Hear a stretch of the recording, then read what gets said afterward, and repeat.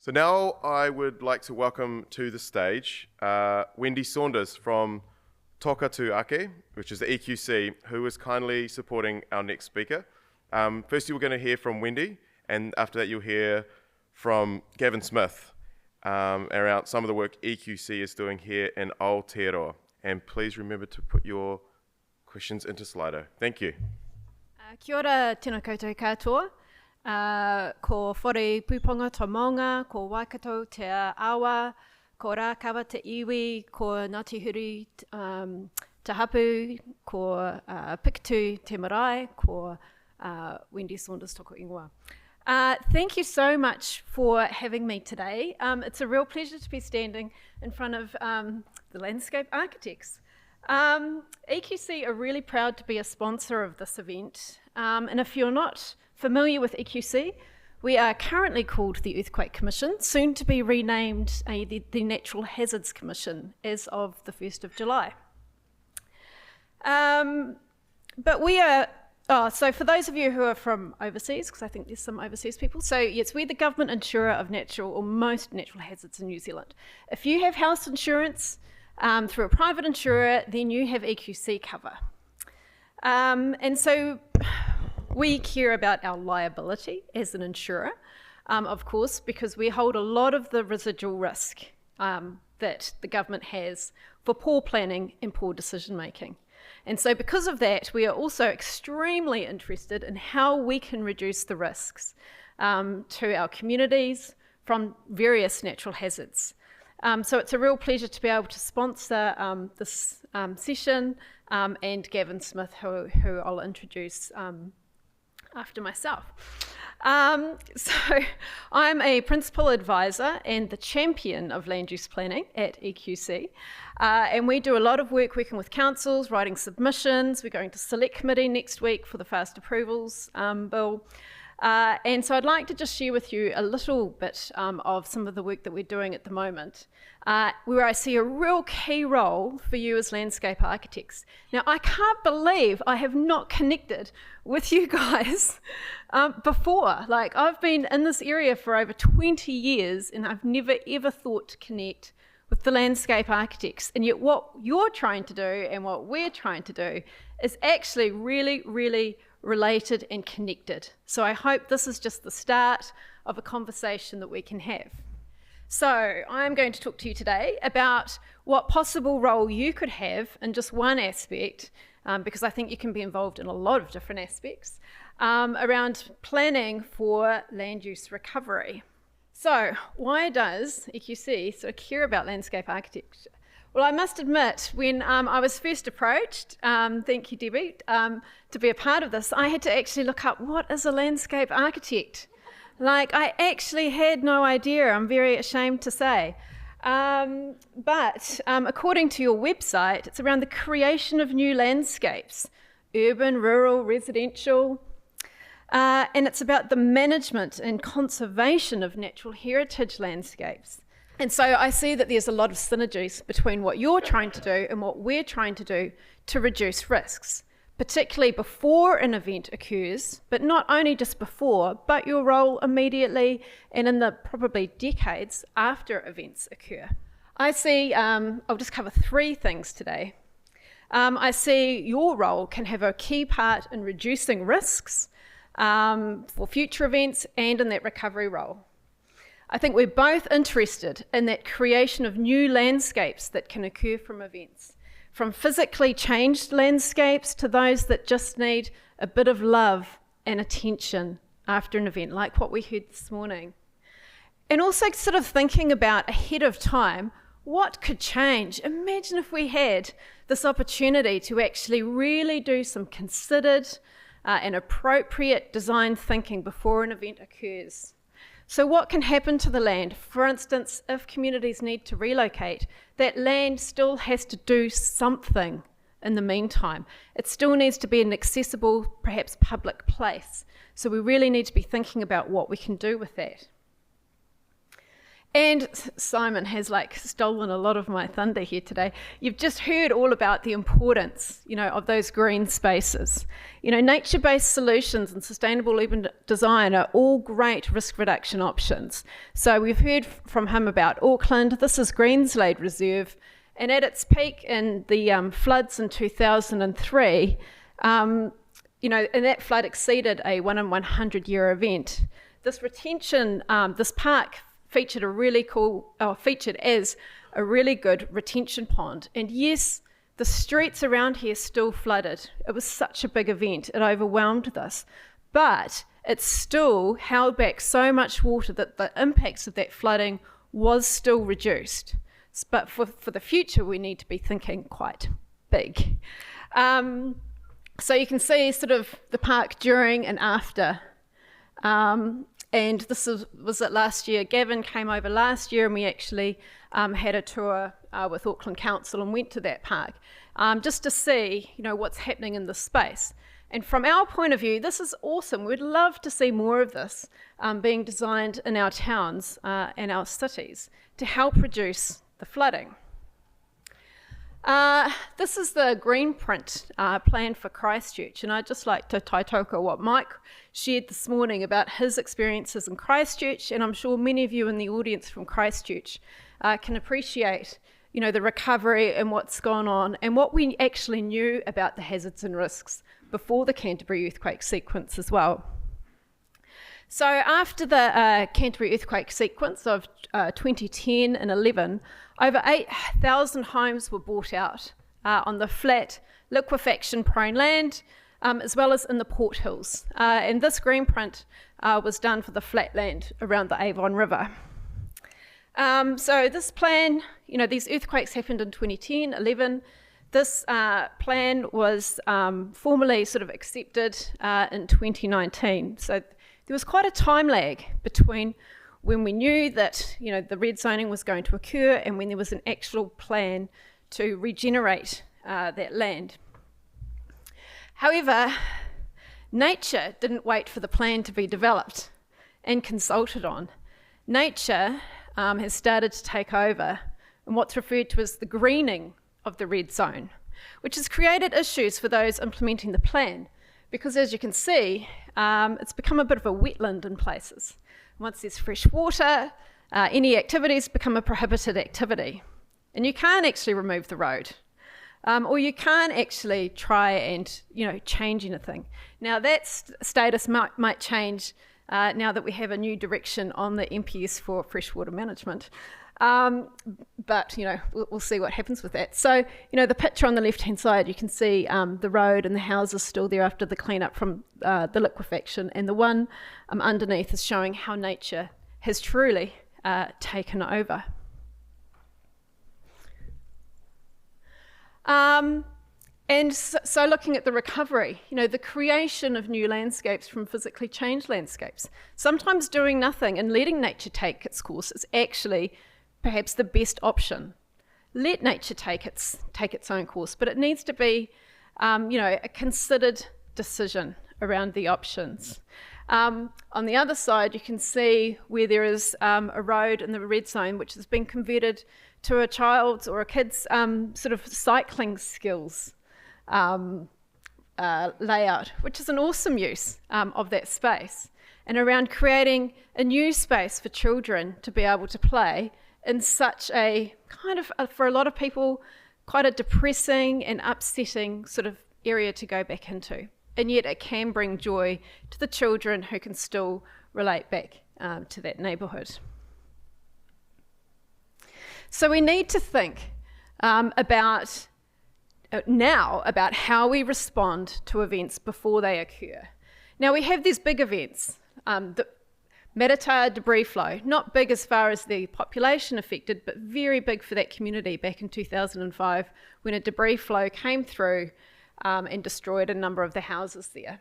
We've had Christchurch, of course. We've had the Kaikoura earthquakes. And of course, we've had Cyclone Gabrielle, all which have had big impacts on communities. But it's just not those big disaster events that we need to be planning for. We also need to be thinking about those nuisance events, those sort of blue sky flooding, or those little flood events that happen, they're not that big, but again and again and again, people's resilience starts to decline. They're not disasters, but they're really annoying and can have a real impact on people. Same with coastal erosion, just little bits going every storm, just a little bit more of that dune going. Small landslides, and as Simon referred to, extreme heat. Now this is something that he's just talked about, but I'm also very interested in. It's not something that we're thinking of, and we need to start thinking about it now and planting trees and starting to have some strategies which you can all play a part in now.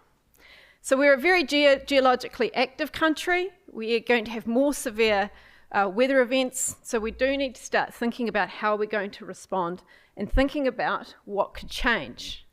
So EQC have pulled together a pre-event planning methodology which has some key steps to try and get councils and others to think about what we can do now to think about what needs to change, so that we're not developing new methodologies or new frameworks with a community that's traumatised and doesn't have perhaps the capacity to be able to make a whole lot of these sort of choices or thinking through these decisions.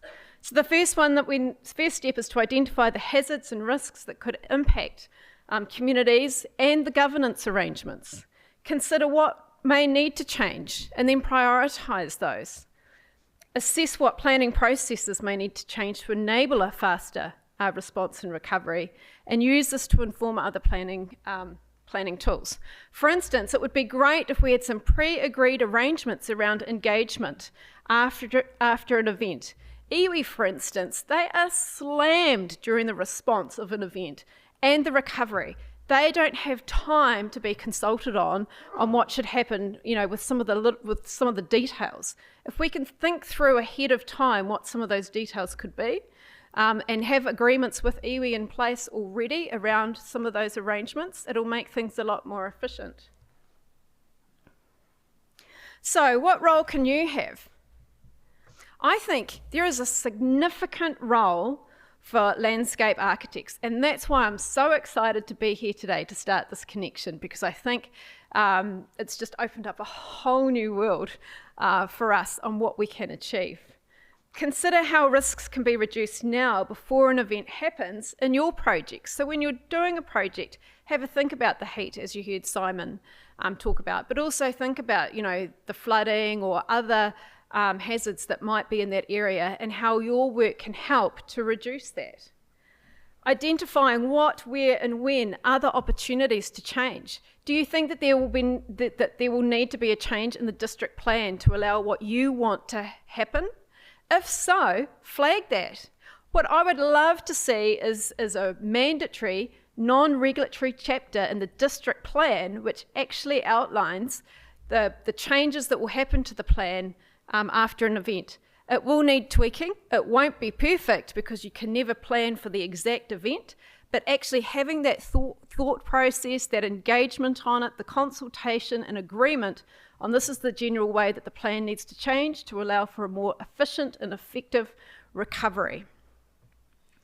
And assess how much time, consultation and resource would be required pre and post event to justify your position as a recovery stakeholder.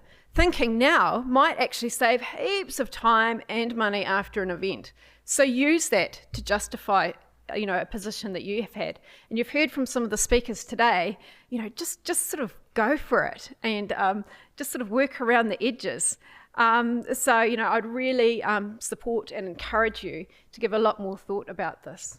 So that was just a very quick overview from myself on some of the work that we're doing and thinking. And as I say, I hope that we can start a whole new relationship with the Institute, because it's wonderful to be here and to see how we could perhaps work together more and connect more in the future. So thank you for that. I'd like to now introduce Professor Gavin Smiths to talk. He is from the Department of Landscape Architecture and Environmental Planning at North Carolina State University. I've had the pleasure and honour of knowing Gavin for I don't know, maybe sort of 13 or 14 years. He was actually my examiner for my PhD, which was pretty scary at the time. And we've continued to work together, particularly around sort of the community relocations or managed retreat, looking at a comparative study between New Zealand and America. His teaching and research focuses on hazard mitigation, disaster recovery, and climate change adaptation, and the integration of research and practice through community engagement, which he'll be talking about today. So, Gavin, would you like to come up?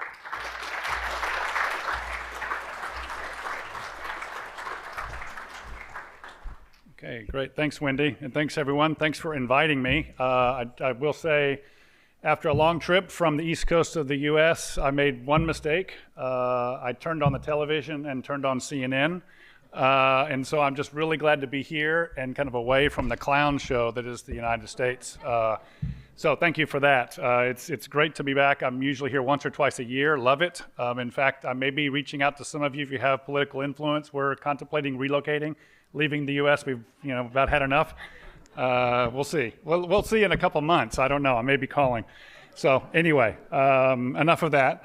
So what I'm going to do is kind of build on what Wendy had talked about is, and I should be clear, so my background is land use planning, but I'm also a sociologist. And so I have a real interest in the political economy of development and issues of race and power and class and how it relates to natural hazards and disasters in the sense that, and I'm going to talk about this today, is how disasters really shine a light on communities, the pre-event conditions of those communities. And in the US, our approach is fundamentally different from New Zealand's. And what I mean by that is we have major disasters, which I'll talk about, and we throw tons of money at the problem. We do very little planning, and we don't address the root problems and causes of inequity, racism, institutionalized racism, and so forth, but we keep doing it over and over and over, versus what you're doing in New Zealand, which is a much better job of planning for these eventualities. So I'll talk a bit about that. But also will make the pitch for all of you, like Wendy did, is the role of landscape architects in this space. I am not a designer. I'm a land use planner, but I'm more of a public policy planner. So I'm not a designer, but I am working constantly with designers. And I'm convinced that the ability of the design community to visually depict policy options and considerations for communities is incredibly powerful and incredibly useful. You all know that. But a lot of people in the natural hazard space, at least in the US, don't fully understand that. And so I'm going to talk a bit about that as well. So these are some of the cases I'm going to run through. Wendy is a good friend, so she is going to give me a sign. It's to stop talking. I'll do my best to run through all of these. I'm going to cover a lot of ground pretty quickly, but I have a lot of photographs and images, so just hold on. So I'm going to talk about a lot of work that I've done as a practitioner. So while I am an academic, much of my career, about 50-50 is practice-based. So I've worked in the state of Mississippi after Katrina, led their Office of Recovery. I just came back from Lahaina, Hawaii, where I was advising them. This was 2 weeks prior to the fire, which is really shocking. And then also Hurricane Matthew in North Carolina. I was asked by the governor of that state to deal with major disaster-related issues. I'm going to conclude quickly with a discussion of a graduate certificate for any students in the room, because I'm a real fan of the interdisciplinarity issue, which is fundamental to addressing these kinds of problems. I'm also going to touch on an international learning lab, which I think is a great opportunity for us to explicitly make these connections. So this is Hurricane Katrina. Many of you know Katrina, and many of you think of Katrina as a New Orleans storm. There's no doubt about it. It caused, we lost 350,000 houses in New Orleans. They were destroyed. They had to be torn down. But most people don't know is in Mississippi, just to the east, an 80-mile stretch of land, we lost 50,000 houses due to a 28-foot storm surge that struck the coast of Mississippi. So imagine 80-mile stretch of land, about a mile deep, 50,000 houses were gone in about 12 hours to the slab. They were gone. And I was asked by the governor to come in and lead that recovery effort. And you can tell here in the northern latitudes, the storm, the worst place to be is in the upper right-hand quadrant, unlike the southern latitude. So massive, massive damages. One of the things I had to do is actually, quote unquote, plan for the rebuilding of the community after the disaster occurred. And so we did and collected new data. We created new maps to depict flood hazard risk, new bathymetry, new LIDAR, and new technologies. We found that the flood maps that we were designing our coastal communities were off by 8 to 12 feet vertically. The vertical elevation for the 100-year flood event was off 8 to 12 feet. So we were underbuilding by that height. Just in an era of climate change, that's not the right metric to use anyway. So I'll talk a bit about that as well. So it was my job to advise these communities and ask them to join and adopt those standards. And they did it in the aftermath of a disaster, which was a big success. But one of the big challenges, I think, is it's not just developing codes and standards, but asking the bigger question. And this is a design question. It's important for us to think about how do we visually depict these ideas. So what is the right standard?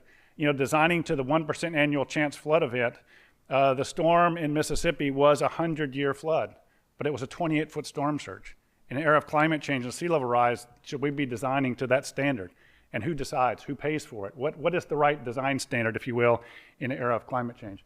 The building on the left was built by an engineer, you could probably tell that, but it survived. All the other houses were not. That's 12-inch thick reinforced concrete. It survived. But is that what we're going to be living in the future? The bottom right, some people may know what that is. That's all that's left of a bank. That's the bank vault. And so I'm thinking, is that the future of our coastal design? I hope not.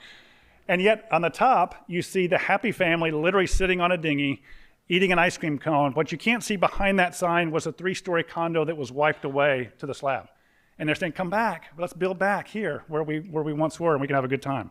I think that's the wrong message. But this is the manifestation, and we can make judgments about the look of these places. I'm not gonna do that. I worked here for 2 years with these folks, and so I tried not to judge, but this is the manifestation of building back to the 100-year flood. Pretty sobering. That's the 100-year flood event, the 1% annual chance flood event. And what's even more sobering is when I was trying to communicate risk to these folks, I said, if you have another Katrina, these houses will be gone because Katrina slightly exceeded the 100-year storm.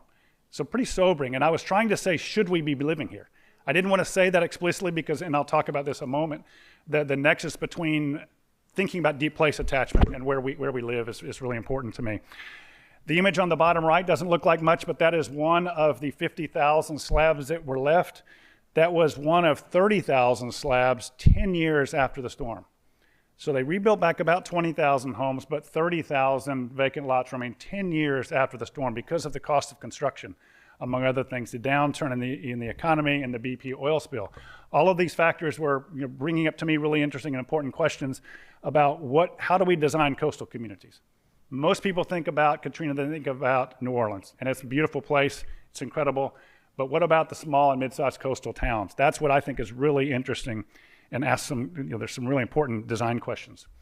Another issue is that we sometimes don't think about it. We think about the nonprofits as the savior, the post-disaster environment. I just want to bring this up because it's important for me and for us to figure out how do we visually depict risk to people. So this was a nonprofit that came in and built this house for a poor person in an area that just had a 30-foot storm surge, and they did it before the town adopted the standards I just described. So they thought they were doing a favor for a poor family, but what they're doing is in essence perpetuating risk.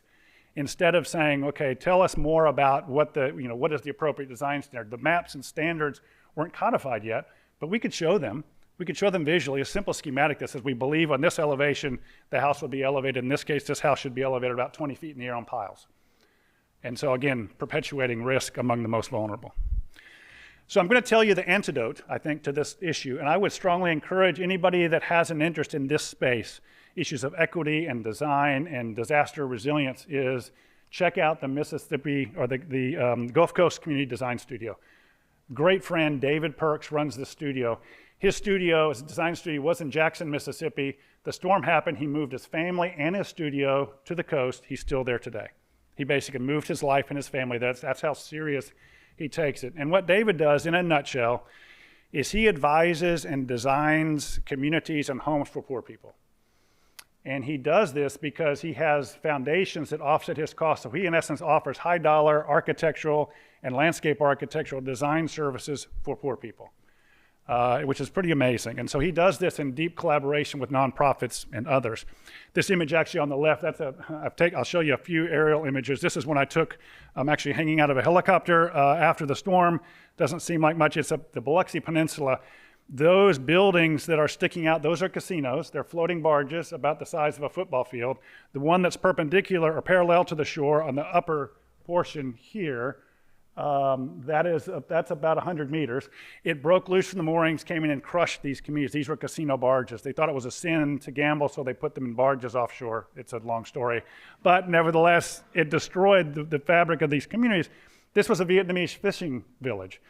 And what's tragic about this story in many ways, and David, again, is this antidote, is that what was happening is there was land speculation. The people, the Vietnamese shrimpers, they lost their boat, they lost their house.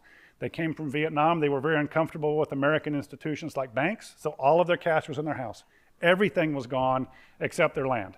And they were offering high dollar for their land. They were pooling the land and building more casinos. David was, again, this kind of antidote. He was saying, how can we work to keep these communities here? This map may not seem that amazing to you, but it's really powerful, especially for kind of hazard geeks like me and people that try to balance the line, straddle the line between policy, compliance, and doing what's right. This is not a regulatory map, but this is the Biloxi Peninsula. And what David did is he said, okay, with these new flood maps, and you could start, you may not be able to see it very well, but the dark purple is 21 feet above grade, and on down to say 3 feet, and even 0 feet at the white. That's how high you'll have to elevate your house, we estimate, on these parcels. And so they could go to the homeowner, the Vietnamese shrimper in this case, and say, you live on this parcel of land, you're gonna have to elevate your house 12 feet in the air.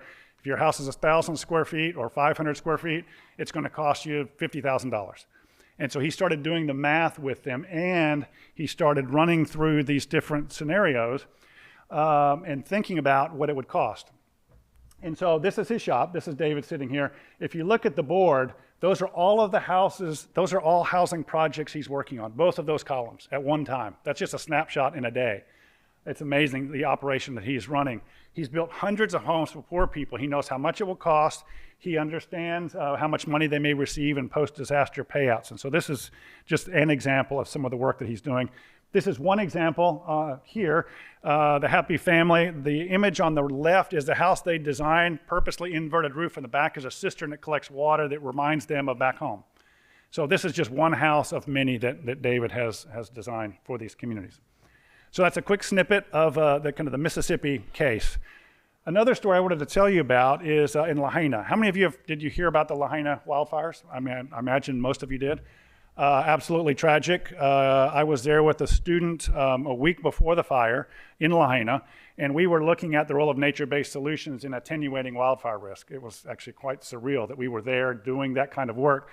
The image at the top is an area that was once the native Hawaiians that lived there. This is basically non-native grasses that were there for cattle operations. In a prior time, prior to colonization, this was heavily wooded, heavily watered. They diverted the streams, they cut down all the trees, and they put in sugarcane. They cut the sugarcane down when that market played out, and then they put in grasses for cattle, non-native grasses. There was a storm north and to the south. It was bringing air, superheated air, over the top of the mountain into Lahaina, leading to major issues. But what's also important to think about is the Hawaiian landscape transect, the Ahaupua, is very different. And in fact, it runs from the mountains to the sea. And the traditional lands, it wasn't owned, but they had long corridors of land from the mountain and freshwater to the kind of the midlands, and then down onto the water, where they were able to sustain themselves, and they kept the environment in its natural state that allowed them to do that with the modification of fish ponds and so forth.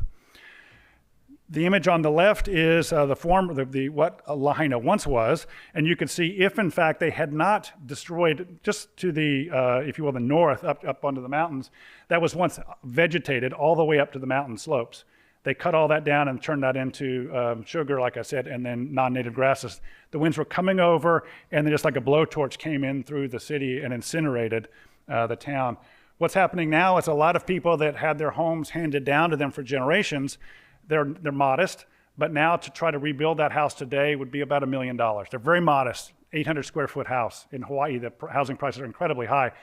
They can't do that. They can't afford it. Again, land speculators are coming in and saying, hey, we can buy your land, just like they did with the Vietnamese folks in the coast. And so what's happening is land trust, landscape architects, planners, and others are trying to come together to figure out some land strategy to avoid that.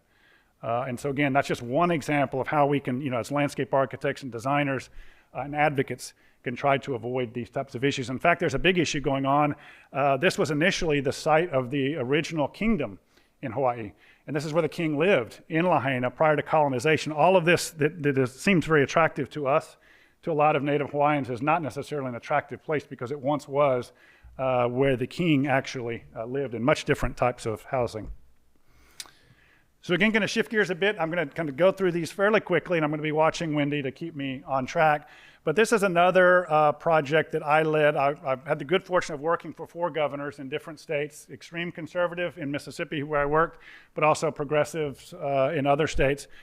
In North Carolina, was asked by the governor to help 6 hard-hit, low-capacity communities recover from a disaster. And we went and met with them, and they advised us on what they needed. And one of the things that was happening, it happens in North Carolina quite a bit, we acquire homes, Wendy was alluding to this, through what we call buyouts. Homes that are flooded, the house is bought, torn down, and you provide land to the homeowner, and they move somewhere else. They move outside the floodplain. That's a risk reduction measure. And we talked to these communities, and I'll walk you through some of the things that we did. So we advised them on some of these big issues. And if you're interested, all of the recovery plans and the designs that I'll be showing you, you can be found on the Coastal Resilience Center website, if that's of interest to you. So one of the things, as I alluded to, so the houses in these moderate-sized communities are being bought out, torn down. We give them a check to move. One of the things that the towns were interested in, and I haven't heard as much talk about rural resilience or small towns and how do we help make them more resilient. We were trying to figure out ways to get people in the towns that were taking the buyout to stay in the town but outside the hazardous area, so thereby not losing the tax base, because these are very small places. Some of these towns had 30, 40 houses in them. 20 of them were slated for buyout. I mean, you can't even function as a municipality. Some of them are actually contemplating dissolving as municipalities. And so we did several things. Working with our architecture department, we did housing designs like this as alternatives based on what the average costs were for the buyout. So when they get the check, we could look at different design standards that might meet their needs. But we also did land suitability analyses, looking at areas outside the floodplain, adjacent to roads, water, sewer that were zone residential, and so forth. This is just one simple schematic. The color scheme isn't the greatest, I admit. This was a graduate student did this work, and actually the river is pink, which is not a good color either. It's like a toxic waste dump or something, but nevertheless, the upper left is the river. And so we were looking at trying to identify areas that were more suitable for development based on that data. And if you look on the right-hand side, right up in here, they actually used the data that a graduate student of mine created, and they built a 52 or 53 acre site outside the floodplain, trying to encourage people to stay in the town. We also did a lot of work, and I should have said this work was led by a team. I led the team, but we had a lot of landscape architects, land use planners, and public policy types. But a lot of the discussion that I'm going to talk to you about today is tied to landscape architecture. One of the other issues, and Wendy alluded to this, once you buy out the house, that land must be maintained as open space forever.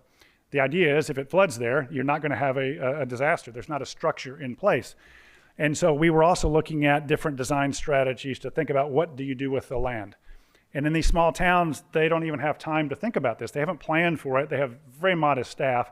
They don't have the technical expertise. So we did this work for them, trying to think, how do you reprogram the land in a way that is a community asset? A lot of these towns didn't want to do the buyout because they didn't want to have to, as they would say, cut the grass, because they literally didn't have the money to do that on a regular basis, to say nothing of creating a park.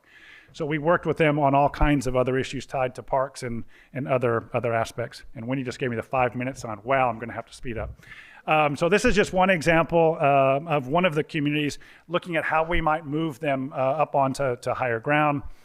This is another schematic that looked at in another town about how we started looking at the configuration of the housing buyout patterns, and we started to see patterns emerge, but with some slight strategic buyouts, we could turn this into larger areas. This was called the Lumberton Loop. Something else we worked on is the development of an open space guide. This is something that I led, where thinking about how we link landscape architecture and public policy, coming up with better strategies to program the land. If that's of interest to you, you might want to check that out. So I'm going to conclude with a quick series of images tied to one of the other towns that we worked in. This is Princeville, North Carolina. Princeville is the oldest African-American community in America settled by formerly enslaved people. This is another image. I seem to be strangely hanging out of helicopters all the time in disasters, but this is another photograph that I took hanging out of a helicopter after a storm, Hurricane Floyd in 1999.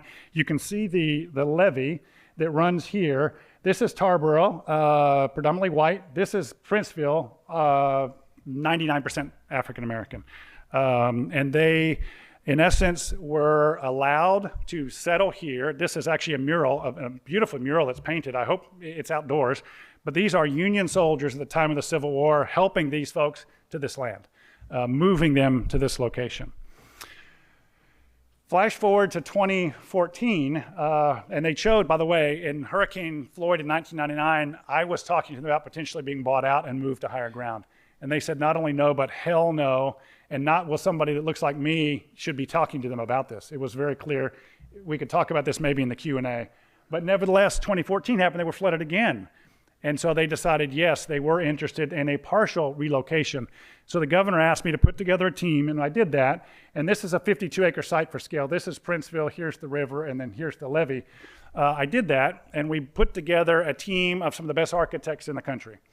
They also happened to be, about 95% of them were African-American. I led the team. I was kind of in the background. I was doing a lot of the logistics and so forth, but we brought in some world-class landscape architects. We came into the room, and we lined them up, and they basically stood there, and the people in Princeville were just ecstatic.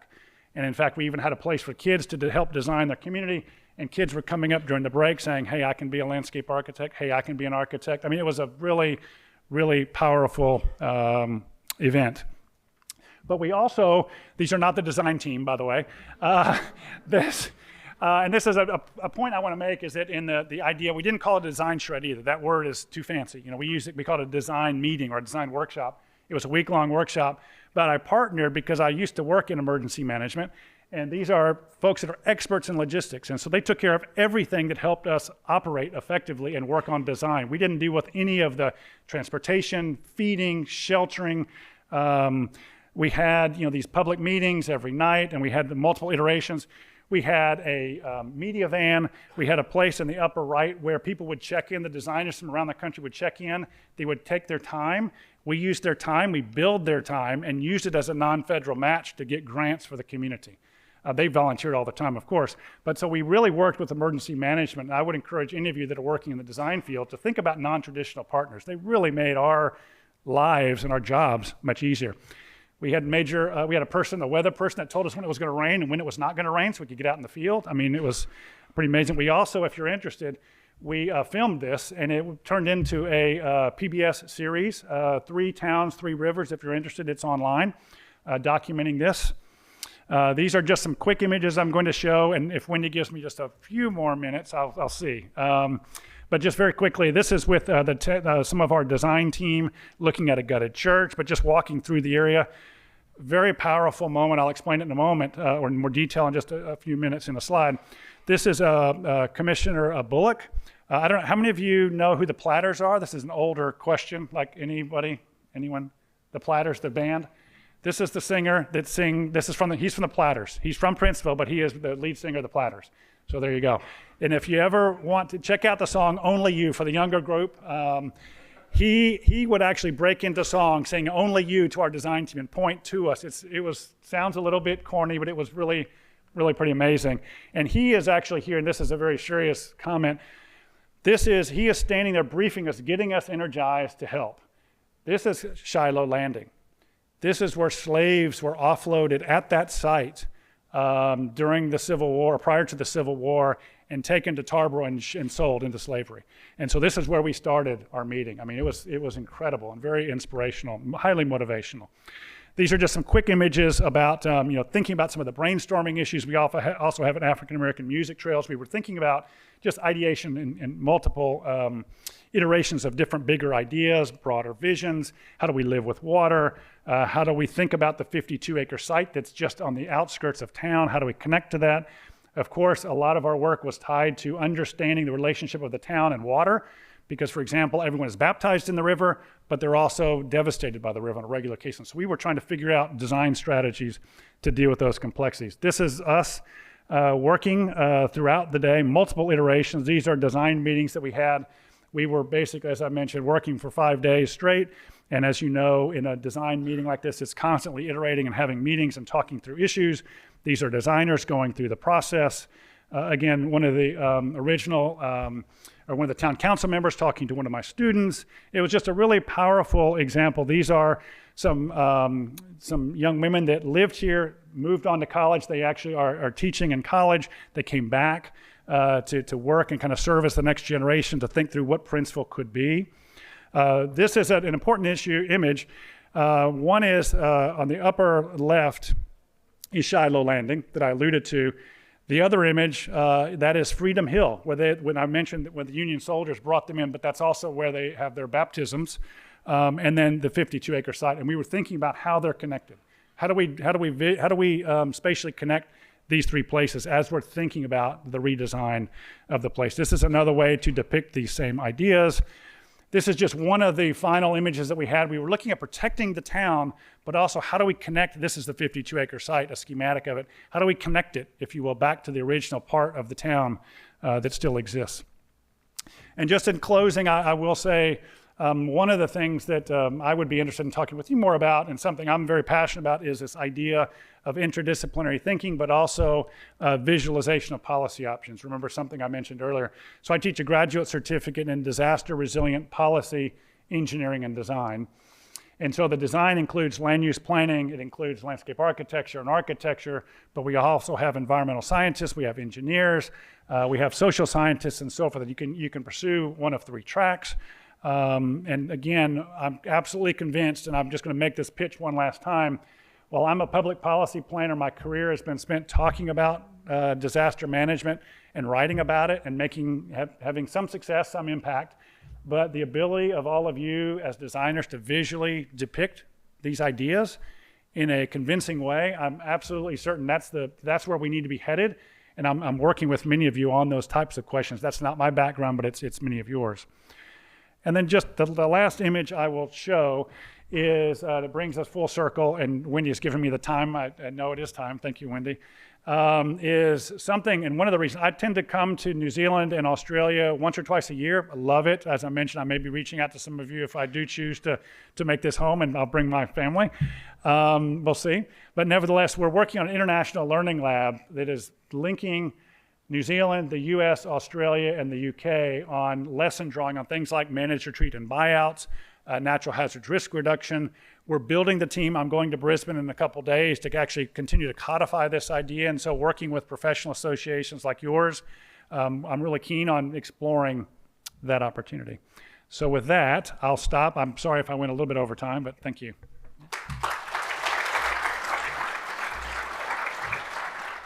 Okay, we've got about 10 minutes for questions, which is awesome. So please use Slido, or I can put it out to the crowd as well. So there's, thank you, Gavin, for that talk. It's quite different and big in the States, having gone on a study trip there myself. It is mind-blowingly extreme. Like, you saw those houses, up. Geez, I hope we don't end up like that in New Zealand. Also, some of the coastal landscapes that I saw and the beach replenishment that I saw when I was there, just at a completely McMention scale as far as the beach replenishment and the things that they will go to protect condos. Anyway, we have one question here, which looks like it's me. Does EQC have large-scale any funding to invest in reducing risks, e.g. more planting of trees understory to cool soils, so that more rain is likely to be absorbed? That's a really good question. We actually invest something like $20 million into research each year across engineering, land use planning, Māori communities. We've got quite a big research portfolio, but this is where it's really awesome to be able to reach out to you. So we have a biennial round. It would be great to get some proposals in from landscape architects to look at some of these issues, because it's currently an area that hasn't been widely researched that we have funded. So I see this as a gap. So we have a biennial round, but also if you have a really good idea, sometimes, particularly perhaps around the end of the financial year or a few months before the end of the financial year, get in contact if you've got a good idea for some research. It has to have benefit. So we have a new metrics now under our new legislation, which comes in from the 1st of July. But I can explain all that at another time if you're interested. But this is definitely an area where I think this kind of connection could be really valuable for increasing that type of research. Will NHC and NEMA become closer? I'd hope so. We share a lot of common interests, obviously, and actually quite a number of our team are actually ex-McDem employees, so Ministry of Civil Defence, Emergency Management, as well as NEMA. So we already have quite a lot of connections across there. So we tend to take more of a focused role on reduction, and we have a different response function. But yes, that is something that we will look at, particularly with the inquiries going on at the moment with NEMA. I'll ask Gavin one of these questions. Gavin, we see US tornadoes on our TV screens every week. Is the solution just tons of money for rebuilds? We don't see the items about that. Yeah, in fact, I did some work after a number of tornadoes and a tornado outbreak. So this is one of the challenges for us in the U.S. I say challenge, and it may sound strange, but as you know, we are a wealthy nation, and but again, as I alluded to earlier in my remarks, we throw money at a problem. We spend a lot of money rebuilding communities. About 80% of it is to rebuild it back to what it once was, instead of injecting risk reduction into that rebuilding. And so that's, to me, a short-sighted idea. There is a lot of work being done on tornado recovery and the building of what we call safe rooms in houses, because it's very difficult to design a house, an affordable house that can survive a tornado per se. It can be done. You could have the bank vault. You could live in the bank vault. I guess that would work. But a lot of people are retrofitting their houses, and it's actually quite simple. It's pretty affordable to basically an interior closet. So that is being done fairly often. But yes, if in fact, and this is related to another question, I think, is in the U.S., if it's a federally declared disaster, which means there's a certain per capita level of damages in our county level of government, then federal assets can come in and be used to rebuild communities. I think one of the grand challenges, and if I read that right earlier about these nuisance events, is if in fact it happens regularly in our communities, but it doesn't merit this disaster threshold that then allows for federal money to come in, then communities are kind of left to their own devices. And I think that's going to be one of the big questions, because there is data that shows, at least in the US, when you aggregate all those nuisance events, they're more costly than the big events that happen in the US, which is pretty sobering, because 5 years ago, we had $218 billion in losses in 1 year. So the numbers are staggering, and so I'm not proud of that. I'm just saying that we have massive losses, and so the nuisance event question I think is a really important one. So just on those amount of losses that you're seeing in the US, are you seeing a lot of insurance retreat? Yes and no. I will. So that we have a perverse system actually in the U.S. And many things are perverse. But I'll just talk to disaster policy. We could maybe at a drink we could talk about something else, but if you want.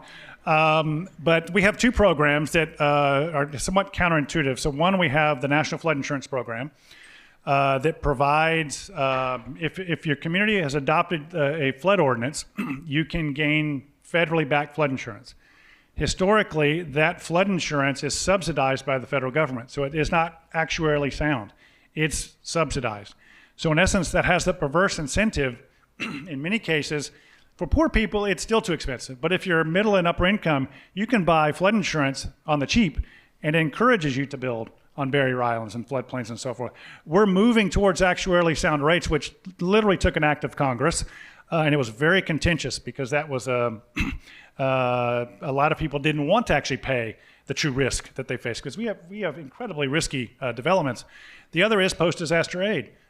As I alluded to, the majority of our post-disaster aid rebuilds communities back to their pre-event condition.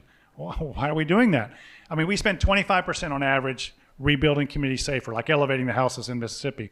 75% is spent building it back like it was. It's insane. So those two programs in and of itself drive continued development in these areas.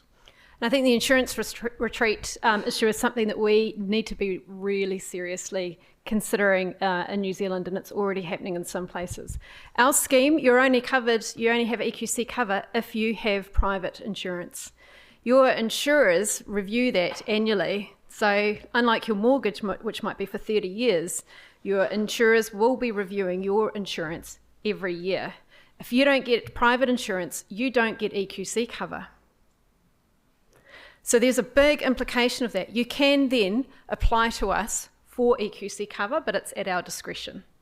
So it's really important that we do start thinking about how we're planning, what decisions we're making. And to me, insurance retreat is a failure of planning.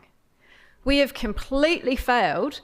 The planning profession has completely failed if we're seeing a retreat of insurance, because we should have been planning for it. We should have been prepared for it. We should have been adapting. And our reinsurance, so I'm just going to get on a bandwagon here.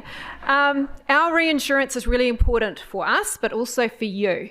If we don't get reinsurance, then it's big trouble for sort of everyone.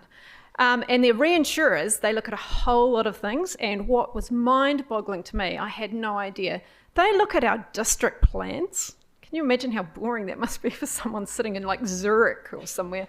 They actually look at how we're planning for hazards and if we're prepared and if we're thinking ahead.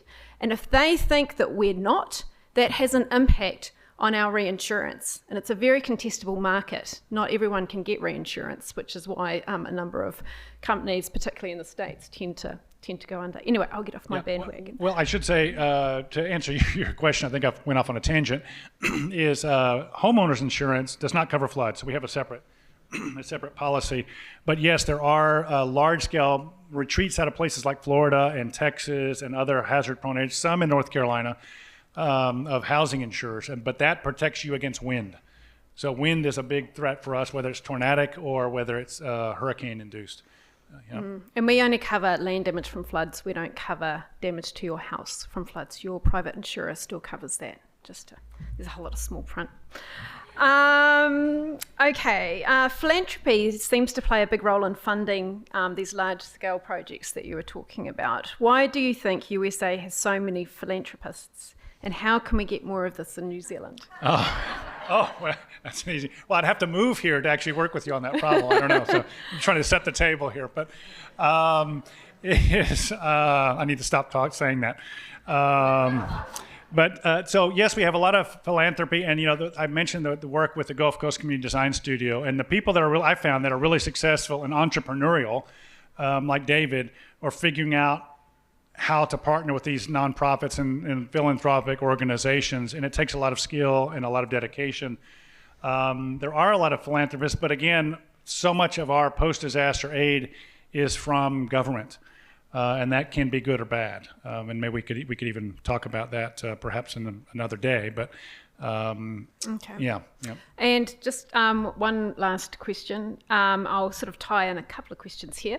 There's a couple of questions about the International Learning Lab, and how can New Zealand landscape architects and land use planners get involved, and also what do you see the potential outcomes of the lab being?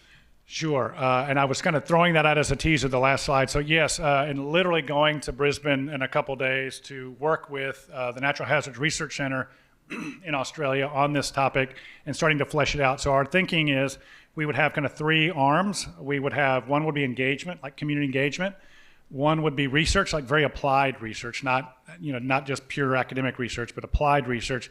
And the other would be education. And so the idea that we could develop partnerships with universities to deal with education and exchange.